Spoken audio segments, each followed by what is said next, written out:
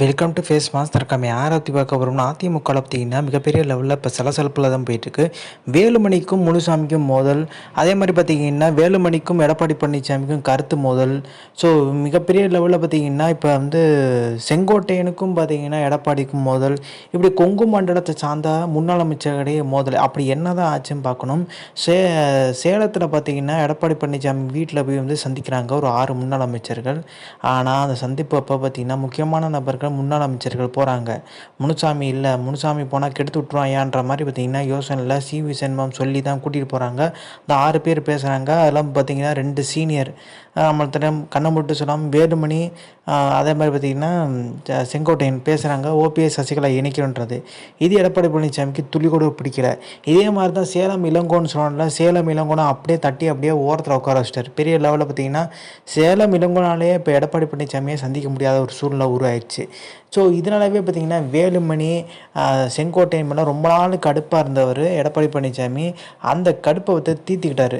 பெரிய லெவலில் பார்த்திங்கன்னா ஆலோசனை கூட்டத்தில் கேபி முனுசாமி எல்லாரையும் கேள்வி கேட்டுட்டு இருந்தாங்க. அப்போ கேபி முனுசாமிக்கும் நிர்வாகிக்கும் ஒரு மோதல் வர மாதிரி ஒரு சூழ்நிலை உருவாயிருச்சு. அதை தடுக்கிறதுக்கு எஸ்பி வேலுமணி பார்த்திங்கன்னா கேபி முனுசாமி ஏட்ட சொல்கிறார். அவங்க தான் காரணத்தை சொல்லிட்டாங்களே, நீங்கள் அமைதியாக இருங்கன்ற மாதிரி. அதுக்கு எடப்பாடி பழனிசாமி வந்துருச்சு, வேலுமணி அமைதியாக உட்காருப்பா அப்படின்ற மாதிரி பார்த்திங்கன்னா மூஞ்சில் அடித்த மாதிரி டம்மி ஆக்கி விட்டு போயிட்டாரு அப்படின்ற மாதிரி பேச்சு அடிபட்டுச்சு. இதே மாதிரி செங்கோட்டையனுக்கும் பார்த்திங்கன்னா எடப்பாடி பழனிசாமியை கொஞ்சம் நிர்வாகம் முன்னாடி அசிங்கப்படுத்தினதாக சொல்கிறாங்க.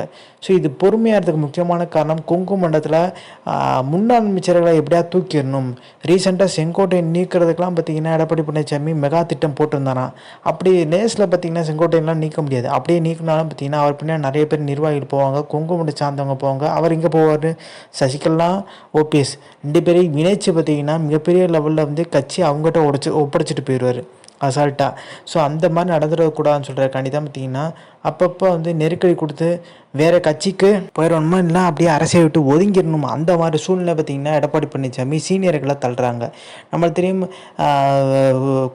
தோப்பூர் வெங்கடாச்சலம் பார்த்திங்கன்னா இப்போ பெரிய லெவலில் பார்த்திங்கன்னா அதிமுக விட்டு விலகி போனார். எதனால் போனார்?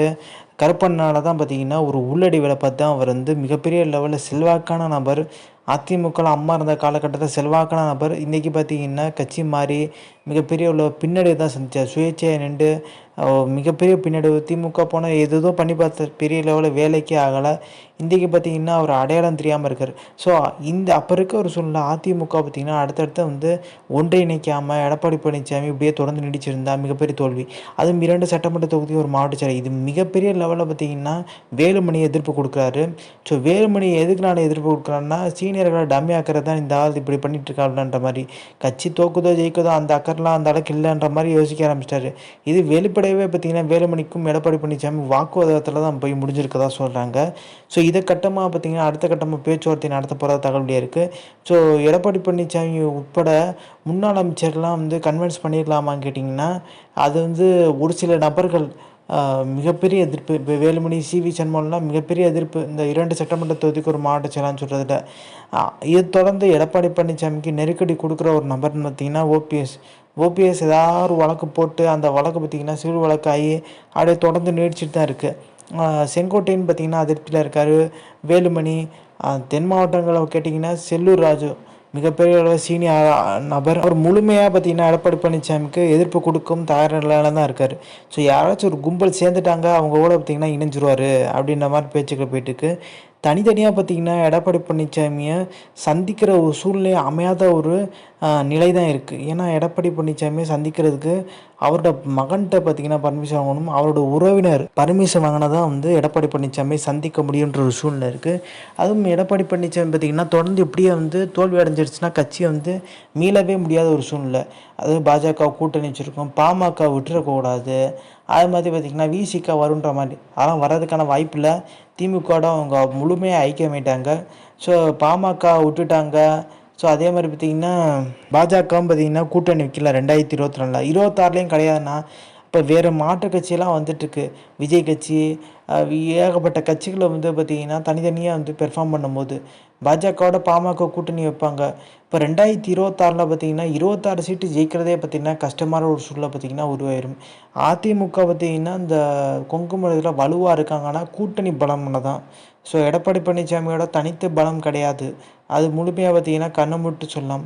பாஜகவோட ஓட்டு, பாமகவோட ஓட்டு இதெல்லாம் தான் போய் வந்து மிகப்பெரிய லெவலில் பார்த்தீங்கன்னா சக்ஸஸ் ஆச்சு. இதை பற்றி எடப்பாடி பழனிசாமி தனி செல்வாக்கான நபர் அப்படிலாம் சொல்லவே முடியாது. வேலுமணி தான் அதிக செல்வாக்கு. நிறைய மாவட்ட செயலா பார்த்தீங்கன்னா வேலுமணி தலைமையில தான் இயங்கிட்டு இருக்காங்க. வேலுமணி என்ன சொல்றாரோ அதான் கேட்பாங்க.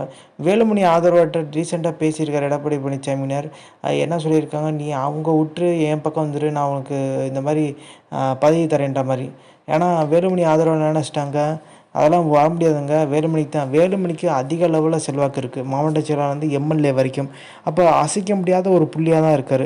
ஸோ அப்படி அசைச்சு பார்த்தா எடப்பாடி பழனிசாமி தான் அது சிக்கலாக முடியுன்றாங்க. ஸோ அதனால தான் வந்து எடப்பாடி பழனிசாமி எந்த ஒரு டிசிஷன் எடுக்காமே இருக்கார். தொடர்ந்து பார்த்திங்கன்னா இந்த ஆலோசனை கூட்டம் வந்து ஒரு மோதல் போக்கில் தான் போயிட்டுருக்கு. இப்போ படிப்படியாக பார்த்தீங்கன்னா தனக்கு எதிராக செயல்படுறவங்க, அதாவது ஓபிஎஸ் சசிகலா இணைக்கணும்னு சொல்கிறவங்கள எல்லாம் பார்த்தீங்கன்னா கார்னர் பண்ணுறாரு. செல்லூர் ராஜு, அதே மாதிரி பார்த்திங்கன்னா செங்கோட்டையன், வேலுமணி, அடுத்து பார்த்திங்கன்னா தங்கமணி, இவங்களெல்லாம் பார்த்திங்கன்னா விஜயபாஸ்கர், இவங்களெல்லாம் கார்னர் பண்ணுறதுக்கான அதிகப்படியான வாய்ப்பு இருக்குது. ஸோ பெரிய லெவலில் பார்த்திங்கன்னா எடப்பாடி பழனிசாமி கையில் எம்எல்ஏக்கள் நிர்வாகிகள் இருக்காங்களான்னு கேட்டிங்கன்னா இல்லை. நிர்வாகிகளும் என்ன சொல்கிறாங்க, ஓபிஎஸ் சசிகலா இணைக்கிடம் அப்போ தான் ஜெயிக்க முடியுன்ற மாதிரி. அதெல்லாம் காது கொடுத்து கூட கேட்கல. எடப்பாடி பழனிசாமி பார்த்திங்கன்னா 2 சட்டமன்ற தொகுதிக்கு ஒரு மாவட்ட செயலாளர்னு சொல்லும்போது 112 பேர் பார்த்திங்கன்னா மாவட்ட செயலாளர் வருவாங்க. அப்போ புது நம்பர் வரும்போது எடப்பாடி பழனிசாமி ஏற்றுக்குவாங்க.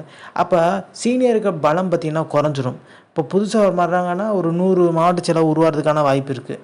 அந்த 100 பேரும் பார்த்திங்கன்னா எடப்பாடி பழனிசாமிக்கு வந்து சப்போர்ட் பண்ணுவாங்க. அது மட்டும் கிடையாது, சீனியர்கள் பார்த்திங்கன்னா நிறைய பேர் மாவட்ட செயலாளர் இருக்காங்க. மாவட்ட செயலாளர் பார்த்திங்கன்னா ஒரு சில பேர் ஒரு சில இடங்களில் பார்த்திங்கன்னா சாதாரண எம்எல்ஏ கூட மாவட்ட செயலாளர் இருக்காங்க. அவங்கெல்லாம் பார்த்திங்கன்னா அமைச்சர் பதவி வேணும், அடுத்த நிலைக்கு போகணும்னா எடப்பாடி பழனிசாமி இணைஞ்சு செயல்படுன்ற மாதிரி பார்த்திங்கன்னா யோசிப்பாங்க. அப்போ வந்து முன்னாள் அமைச்சர்கள் பார்த்திங்கன்னா டம்மியாக்கப்பட்டு ஓரம் காட்டப்படுறதுக்கான வாய்ப்பு அதிகம்.